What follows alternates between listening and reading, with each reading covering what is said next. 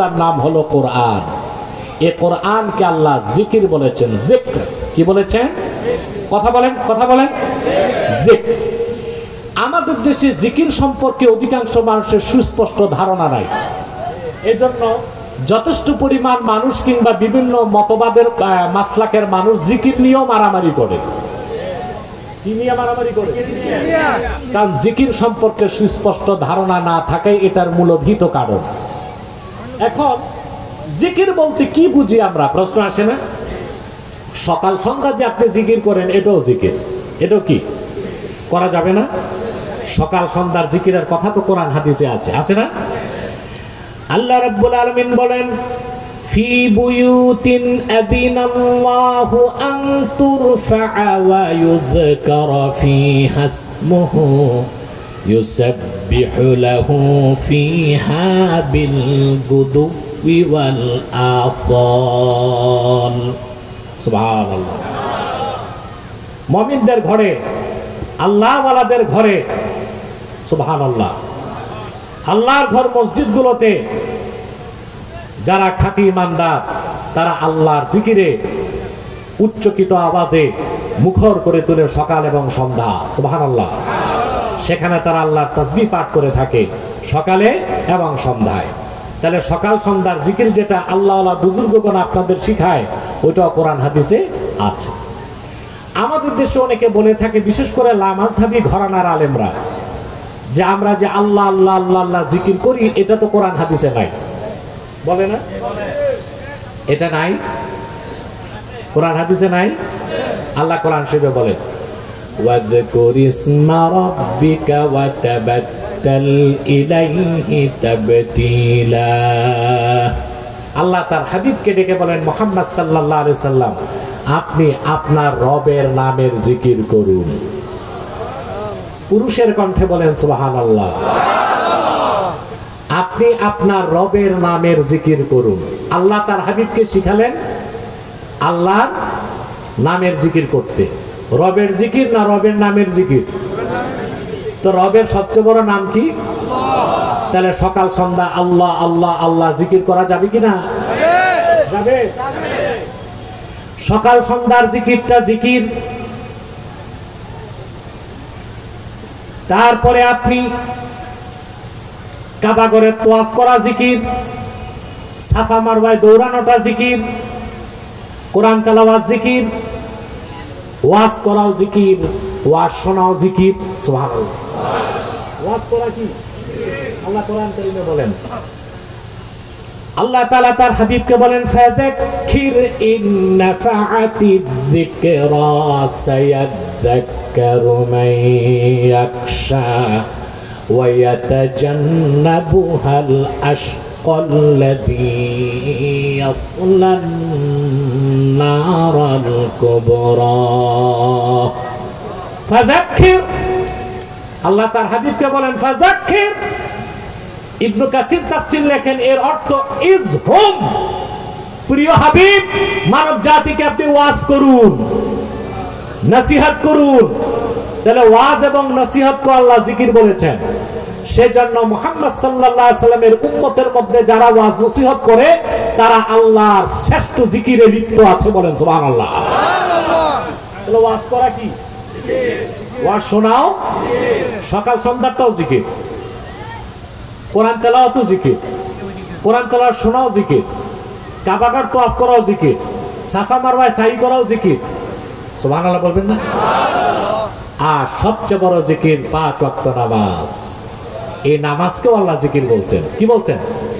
সূরা তাহাতে আল্লাহ মুসা নবীর ঘটনা বলেন, ফালাম্মা আতাহা নুদিয়া ইয়া মুসা ইন্নী আনা রাব্বুকা ফাখলা'না আলাইক ইন্নাকা বিল ওয়াদিল মুকদ্দাসি তুওয়া وأنا اخترتك فاستمع لما يوحى إنني أنا الله لا إله إلا أنا فاعبدني ওয়া আকিমিস সালাতা লিযিকরি। সুবহানাল্লাহ। আল্লাহ তাআলা বলেন, মুসা যখন তুর পাহাড়ে আল্লাহর নূরের কাছে আসলো, আওয়াজ আসলো, আল্লাহ মুসাকে ডাক দিয়ে বললেন, মুসা তোমার জুতা জোড়া খুলে ফেলো, পবিত্র উপত্যকায় তুমি দাঁড়িয়ে আছো। ওয়া আনা আখতারতুকা, আমি তোমাকে নির্বাচন করেছি রাসূল হিসেবে। ফাসতামি' লিমা ইউহা, তোমার কাছে যা ওহী হয় তা মনোযোগ দিয়ে শোনো। তারপর আল্লাহ বললেন, ইন্নানি আনাল্লাহ, মুসা মনে রেখো আমি তো একমাত্র আল্লাহ। আহা ভাই, পুরুষের কণ্ঠে কোন সুবহানাল্লাহ। মানুষগুলো মনে রোজা রেখে আসছে, ক্ষুধার্ত, জি তাই তো মনে হয়। লা ইলাহা ইল্লা আনা, আমি ছাড়া কোনো মাবুদ নাই।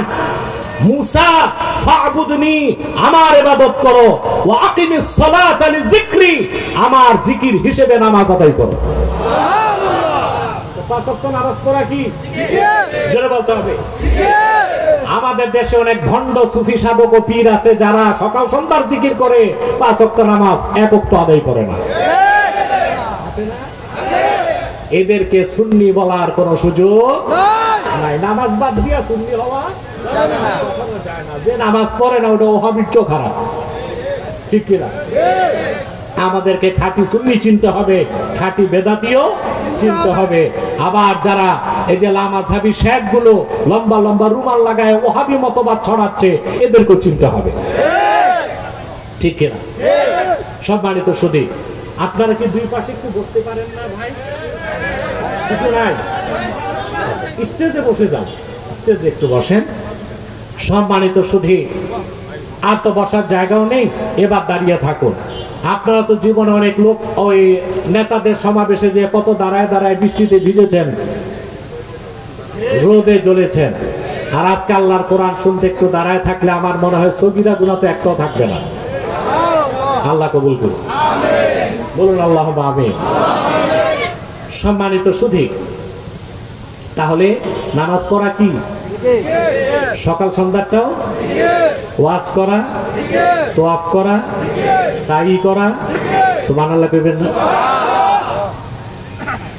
এই জিকিরগুলোর মধ্যে কোনটা নফল, কোনটা সুন্নাত, কোনটা ওয়াজিব, কোনটা ফরজ।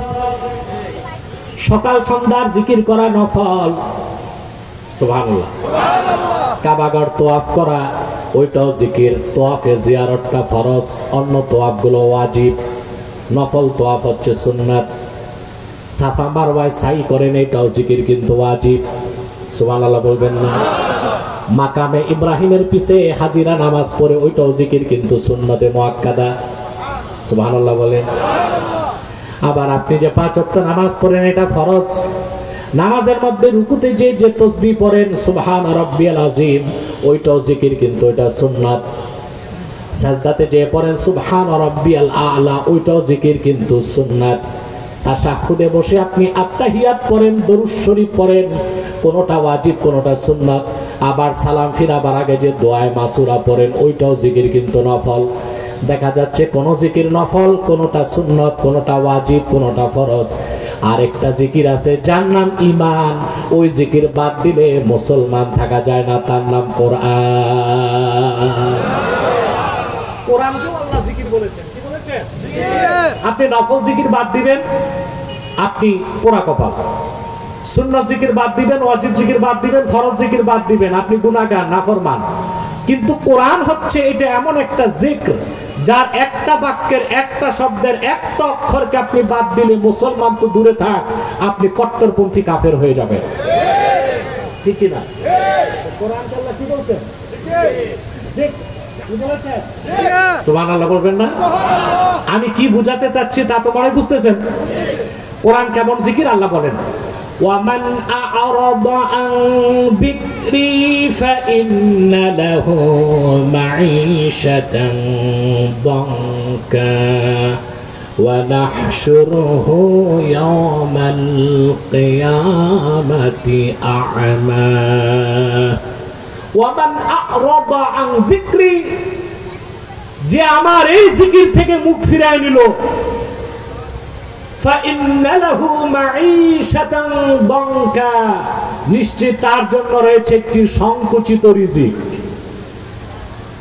ইবনে কাসির এবং ইমাম সুয়ুতির মতে এই যে সংকুচিত রিজিক কাফের মুশরিকের জন্য, এটা পরকালে, কিন্তু আমরা দুনিয়াতেও তার প্রমাণ পাই। যারা বেশি নাফরমানি করে, ইসলাম ও মুসলমানকে আঘাত করার চেষ্টা করে, কুফরি মতবাদকে প্রমোট করে, আলেম ওলামা পীর মাশায়েখকে নির্যাতন করে, আমরা দেখি দুনিয়াতে তাদের রিজিক সংকুচিত হয়ে যায়। খাবার প্রস্তুত, খাওয়ার সময় পায় না, এক সারিতে সুটকেস নিয়ে আকাশ পথে দেশ ছেড়ে পালাতে হয়। রিজিক সংকুচিত হয়, কথা বলে না, দুনিয়াতে হয় কি না?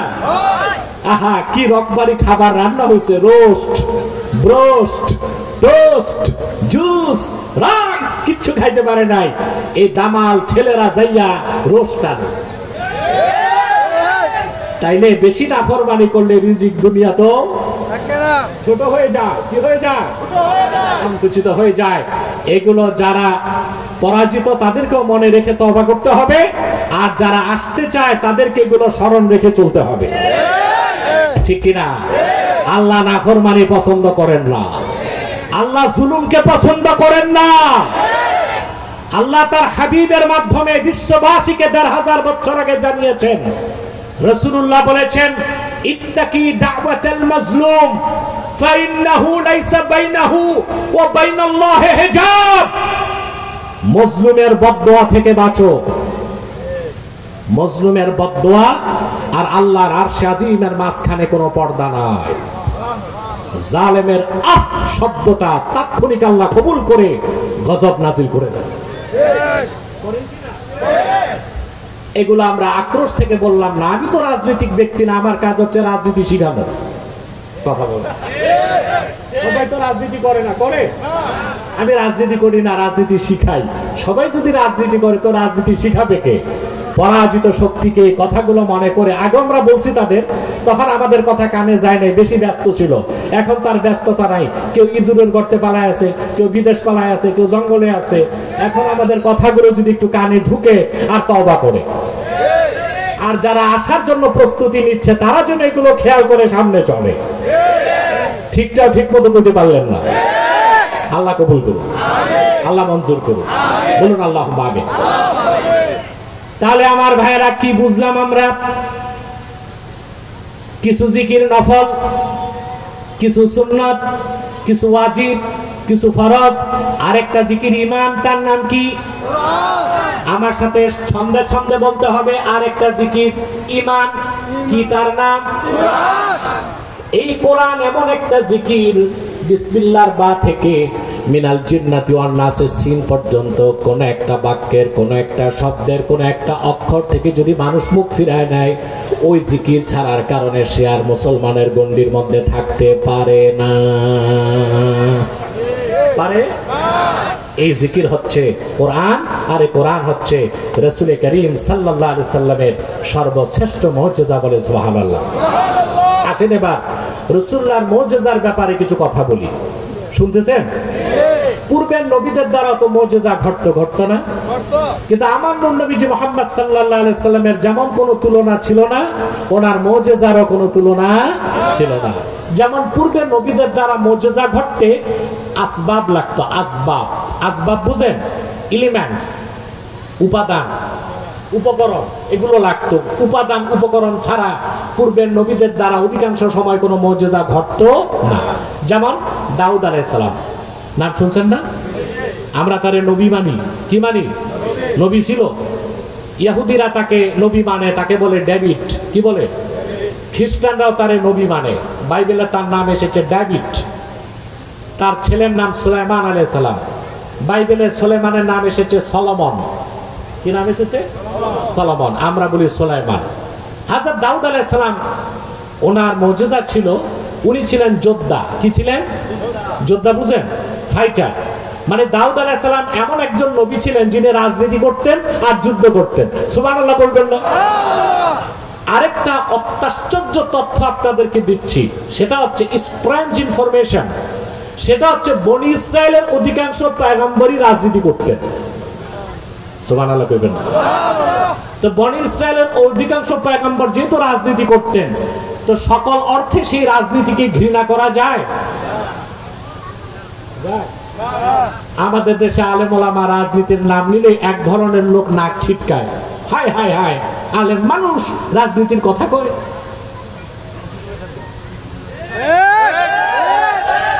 এদের ভাবসাব হচ্ছে যে আপনারা হুজুরেরা, মোল্লা মৌলবীরা মসজিদ মাদ্রাসা দেখবেন, আর এই সমাজ রাষ্ট্র এগুলো আমরা চোর চোরটারা দেখবো। এই জন্য ভালো মানুষ রাজনীতিতে আসবেন না, আপনারা তসবিহ জপবেন আর আমরা এগুলো দেখবো।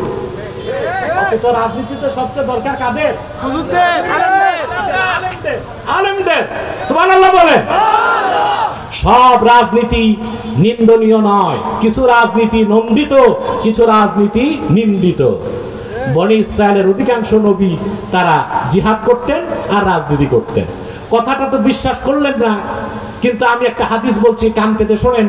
সহিহ মুসলিমের হাদিস, রাসূল করিম সাল্লাল্লাহু আলাইহি ওয়াসাল্লাম ইরশাদ করেছেন, كان بنو إسرائيل تسوسهم الأنبياء كلما هلك نبي خلفه نبي فإنه لا نبي بعدي فسيكون خلفاء سبحان الله হাদিসটি সহিহ মুসলিম, সহিহ মুসলিমের হাদিস। রাসূলুল্লাহ সাল্লাল্লাহু আলাইহি ওয়াসাল্লাম বলেছেন, বনি ইসরায়েলের পয়গম্বরগণ বনি ইসরায়েলকে রাজনৈতিক নেতৃত্ব দিত।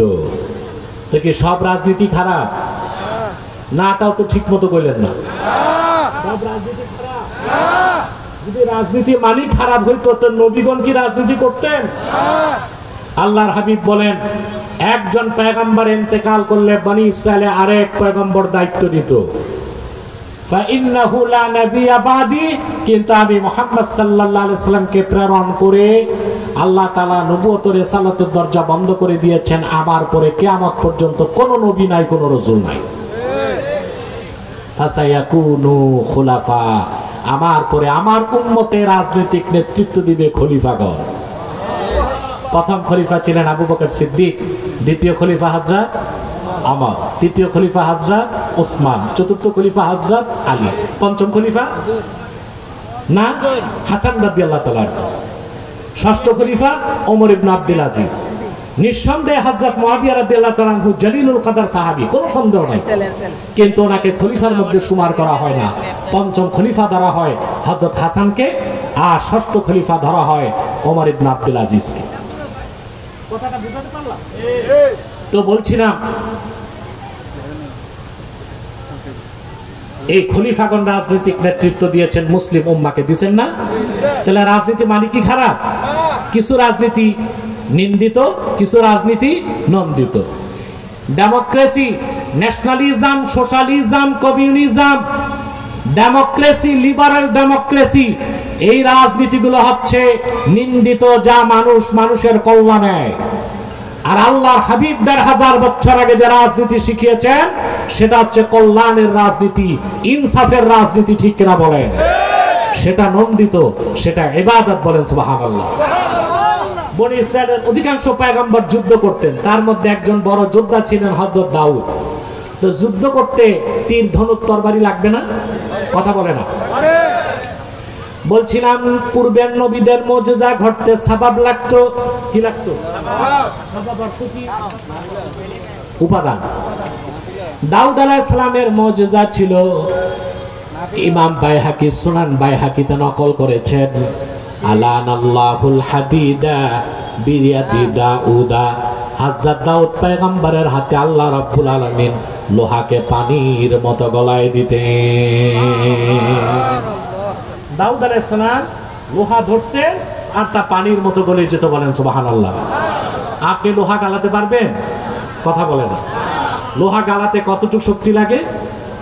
অক্সিজেন আর অ্যাসিটিলিন, অক্সিজেন আর অ্যাসিটিলিন, এই দুইটা গ্যাস এক করলে তার নাম হয় অক্সি অ্যাসিটিলিন। তাপমাত্রা হয় ৩৩০০ ডিগ্রি সেলসিয়াস। এতে লোহা গলে, এতে লোহা। আপনি বুঝছেন তাপমাত্রা কত?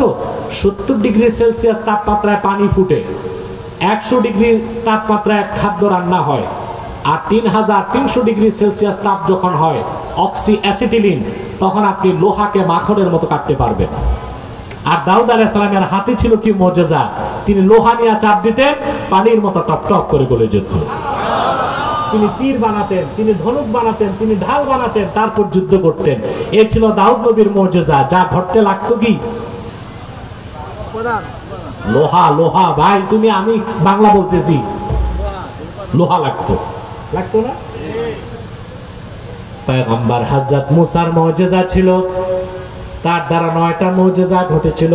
তার মধ্যে তার সবচেয়ে বড় মুজিজা ছিল আসা, লাঠি। বেতের লাঠি না বাঁশের লাঠি?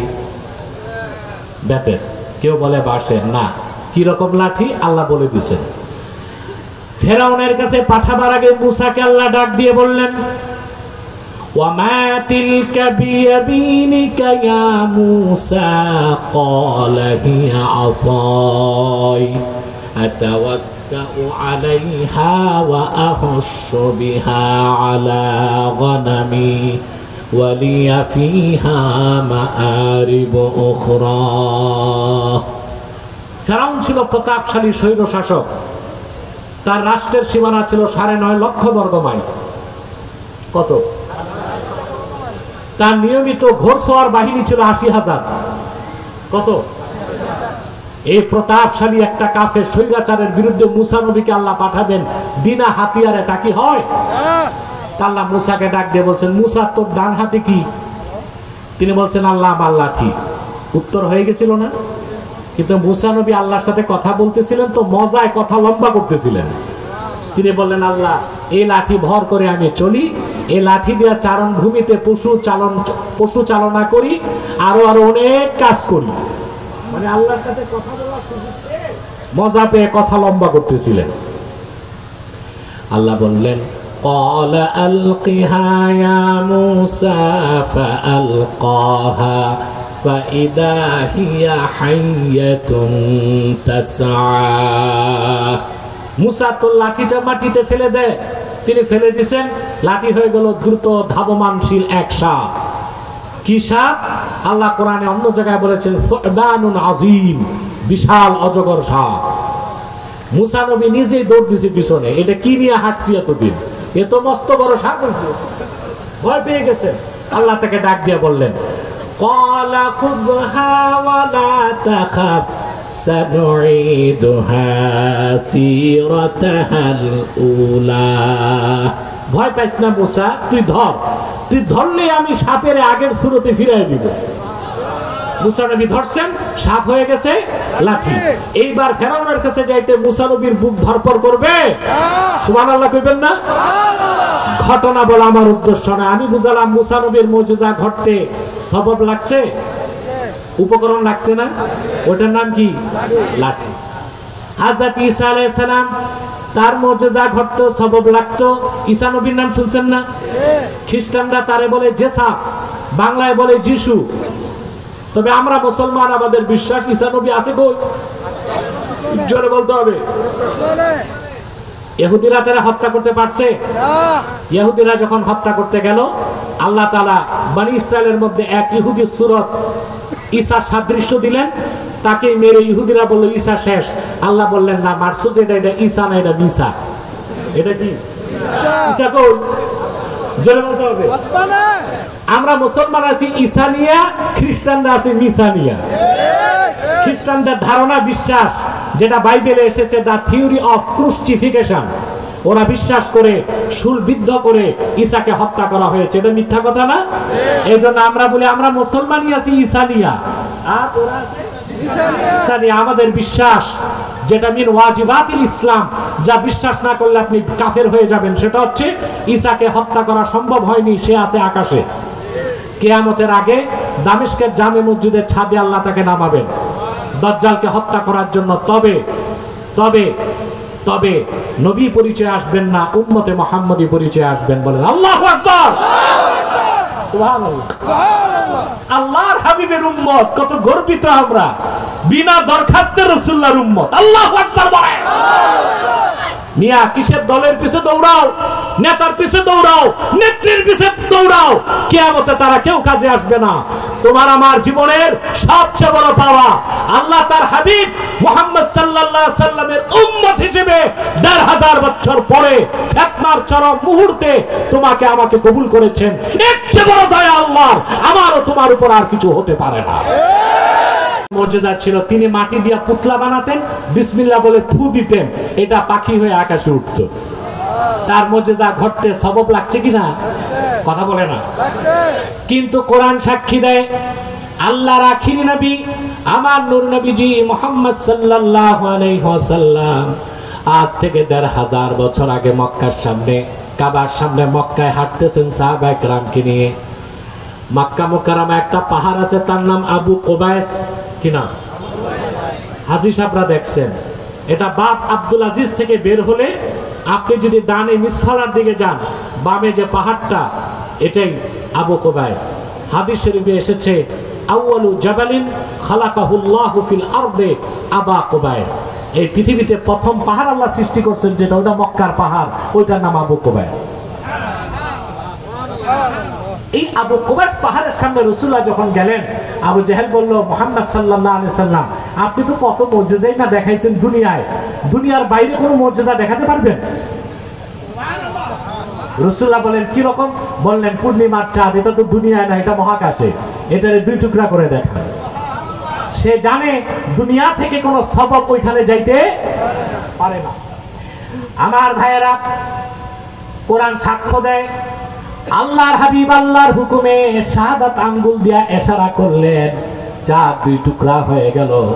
সূরা কামারে আল্লাহ সাক্ষ্য দিয়েছেন ইকতারাবাতিস সাআতু ওয়ানশাক্কাল কমর, কিয়ামত নিকটবর্তী হয়েছে। আর আমার দোস্ত মুহাম্মদ সাল্লাল্লাহু আলাইহি সাল্লামের আঙ্গুলের ইশারায় পূর্ণিমার চাঁদ 2 টুকরা হয়ে গেছে। রাসূলুল্লাহ সাল্লাল্লাহু আলাইহি সাল্লামের যেমন কোনো তুলনা ছিল না, ওনার মুজিজাগুলোর কোনো তুলনা ছিল না। রাসূলুল্লাহর যে মুজিজার কোনো তুলনা নাই, কোনো বিকল্প নাই, তা হলো সর্বশ্রেষ্ঠ মুজিজা কোরআন। বলেন সুবহানাল্লাহ। এই কোরআনকে আল্লাহ বলেছেন জিক্র। কি বলেছেন? জিক্র। তিনি বলেছেন এই জিকির আমি আমার হাবিবের উপর নাজিল করেছি, আর এই জিকির হেফাজতের দায়িত্ব আমি আল্লাহ নিজের হাতে রেখেছি। সুবহানাল্লাহ কোন? সুবহানাল্লাহ। আল্লাহ রাব্বুল আলামিন পূর্বের নবীদের যে মুজিজা দিয়েছিলেন, নবীরাও বিদায় নিয়েছেন, মুজিজাও রেখে যান নাই, রেখে গেছেন। মুসা নবীর মুজিজা ছিল লাঠি, মুসা নবী বিদায় নিয়েছেন বনি ইসরাইলের ইহুদিদের কাছে। এখন কি লাঠি আছে? যদি থাকতো তো ইসরায়েলের কুখ্যাত ইহুদিরা ফিলিস্তিনের মুসলমানদেরকে হত্যা করতে বোমা বানাইতো না, এই লাঠি ব্যবহার করত। ঠিক কিনা? পূর্বের কোন নবীর মুজিজা পৃথিবীতে নাই। কিন্তু আল্লাহর আখিরি নবী, নবীগণের মাথার তাজ আমার নূর নবীজি মুহাম্মদ সাল্লাল্লাহু আলাইহি ওয়াসাল্লাম আজ থেকে ১৫০০ বছর আগে দুনিয়া থেকে বিদায় নিয়েছেন। ওনার সর্বশ্রেষ্ঠ মুজিজা আল্লাহর শ্রেষ্ঠ জিকির কোরআনের মুজিজা রেখে গেছেন কিনা বলেন? শুধু তামাম দুনিয়ায় কোটি কোটি কোরআন কিতাব আকারে আছে তাই নয়, উম্মতে মুহাম্মাদীর লক্ষ নয় কোটি কোটি হাফেজ কোরআনকে ৩০ পারা কোরআনকে সিনায় হেফাজত করে জীবন্ত মানুষগুলো ঘোরাফেরা করছে। সুবহানাল্লাহ বিহামদিহি। এটা রাসূলুল্লাহ সর্বশ্রেষ্ঠ মুজিজা। বলেন সুবহানাল্লাহ। বুখারী শরীফ ফাজাইলে কোরআন অধ্যায়তে একটা হাদিস আসছে, সহিহ বুখারী ২য় খণ্ডে। রাসূল করিম সাল্লাল্লাহু আলাইহি ওয়াসাল্লাম ইরশাদ করেছেন, পূর্বের নবীদেরকে মুজিজা দেওয়া হতো, ইন্নামা উতিতু ওয়াহইয়া, আর আমাকে আল্লাহ সর্বশ্রেষ্ঠ যে মুজিজা দিয়েছেন সেটা হচ্ছে ৩০ পারা কোরআন। ভাইরা ঘুমাচ্ছেন? কে কে ঘুমান একটু হাত উঠান। বাহ, এই যে দেখুন কত বেতাল মানুষ আছে। আরে বুঝে বুঝে, বাঙালি বুঝে না এমন বিষয় নাই, বাঙালি নগদ পেলে বুঝে বেশি। রাত ১২টায় ওয়াজ শুনতে গেলেও ঘুমায়, দুপুর ১২টায় জুমা পড়তে গেলেও ঘুমায়। আর এখন দিনে মাহফিল, এখনো কিছু মানুষ ঘুমাচ্ছে কিনা জানি না, তবে কনসান্স না, আনকনসান্স। ঘুমাইলে তো আর হাত তুলতো না। আর একটু মনোযোগ দেন, আমরা সময় প্রায় অনেকখানি হয়ে গেছে। আর কিছু সময় একটা মেসেজ আমি আপনাদেরকে দিতে পারবো ইনশাআল্লাহ। আল্লাহ কবুল করুক, বলুন আল্লাহুম্মা আমিন। কথা শুনতেছেন তো? তাহলে রাসূলুল্লাহ সাল্লাল্লাহু আলাইহি ওয়াসাল্লাম বলেছেন আমার সর্বশ্রেষ্ঠ মুজিজা হচ্ছে 30 পারা কোরআন। তারপরে আল্লাহর হাবিব বলেছেন ফাআরজু আন আকুনা আকসারাহুম তাবিআন ইয়াউমাল কিয়ামাহ। কোরআন আমার মুজিজা হবার কারণে আমি আশা করি কাল কিয়ামতের দিন আমি মুহাম্মদ সাল্লাল্লাহু আলাইহি সাল্লামের উম্মত সবচেয়ে বেশি হয়ে যাবে। দেখেন আমার নবীজি মুহাম্মদ সাল্লাল্লাহু আলাইহি ওয়াসাল্লাম প্রায় ১৫০০ বছর আগে পরিপূর্ণ দিন আমাদেরকে দিয়ে গেলেন। আর ১৫০০ বছর পরে আজকে সারা দুনিয়ায় মুসলমানের সংখ্যা প্রায় ২০০ কোটি। কত? সহজ কথা, পৃথিবীতে মানুষ আছে ৮০০ কোটি, আমরা আছি প্রতি ৪ জনের ১ জন। আমরা আল্লাহ আমাদের কি দেয় নাই? বিশ্ব মানচিত্রে ৫৭টা রাষ্ট্র আমাদের। সম্পদ কি দিছে জানেন? টোটাল ন্যাচারাল অ্যাডভান্টেজেস, প্রাকৃতিক সম্পদের ৭০ ভাগের বেশি আল্লাহ মুসলমানকে দিয়েছেন। বাকি কাফের মুশরিকদের দিয়েছেন মাত্র ৩০ ভাগ। কিন্তু ওদের বদ অভ্যাস পশ্চিমা কাফেরদের চুরি করে খায়, কখনো যুদ্ধ করে আর চুরি করে। আমেরিকার নীতি এটা, যুদ্ধ লাগায় আর চুরি করে। ইরাকের স্বাধীনতা সার্বভৌমত্বে আঘাত করেছে তারা, আর বিলিয়ন বিলিয়ন ডলারের পেট্রোল চুরি করে আমেরিকা নিয়ে গেছে। সিরিয়াতে হামলা করেছে, তেল চুরি করেছে। লিবিয়াতে হামলা করেছে, তেল চুরি করেছে। শুধু চুরি করতে পারে না আফগানিস্তানে। যাদের মোল্লা বলে, আল্লাহ মোল্লাদের এমন ইমানি শক্তি দিছে, এমন থেরাপি আমেরিকারে দিছে, নির্ধারিত তারিখের আগে তল্পি তল্পা রেখেই সব পালাইছে। আর সব দেশে যে চুরি করছে কম বেশি, এখন তাদের দৃষ্টি হচ্ছে বাংলাদেশের দিকে। কোন দিকে? সেজন্য আমি আগেও বলেছি, আজও বলছি, একটি আযাব থেকে আমরা মুক্ত হয়েছি, আরেকটা আযাব চাই না দেশে। এই ব্যাপারে আপনাদের সতর্ক থাকতে হবে। একটি আযাব থেকে আমরা মুক্ত হয়েছি, আরেকটা আযাব যেন জাতির ঘাড়ে চেপে না বসে, সেজন্য দলমত নির্বিশেষে আলেমদের নেতৃত্বে গোটা জাতিকে ঐক্যবদ্ধ হতে হবে। নতুবা আবার আপনাদেরকে খেসারত দিতে হবে। কতকাল খেসারত দিবেন? আপনাদের বাপ দাদা পূর্বপুরুষকে ১৮৮ বছর ইংরেজরা নির্যাতন করেছে। 1947 দেশ বিভাগের পর 24 বছর পাকিস্তানিরা নির্যাতন করেছে। 53 বছর দেশ স্বাধীন হয়েছে। এই 53 বছরের অধিকাংশ সময়ই বাংলাদেশে স্বৈরাচার আপনাদেরকে নির্যাতন করেছে। আর বাঙালি নির্যাতন চায় না, বাঙালি মাথা উঁচু করে দাঁড়াতে চায়। সেজন্য কারো দাবিদারি চলবে না। আমরা ভারতকেও ঘৃণা করি, যুক্তরাষ্ট্রকেও ঘৃণা করি, বাংলাদেশে কারো আধিপত্যকে মেনে নেওয়া হবে না।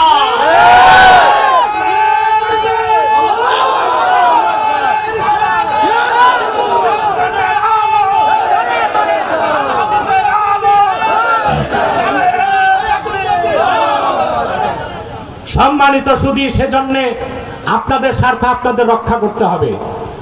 আপনারা আলেম ওলামার নেতৃত্বে, আমি তো বলে যাচ্ছি, সকল মাসলাকের আলেমদের এখন এক হওয়া উচিত। এখন কার টুপি 5 করলি, কার 3 করলি, কার লম্বা, কার গোল, এগুলো দেখতে গেলে মিয়া কল্লা থাকবে না তো টুপি লাগাবেন কই?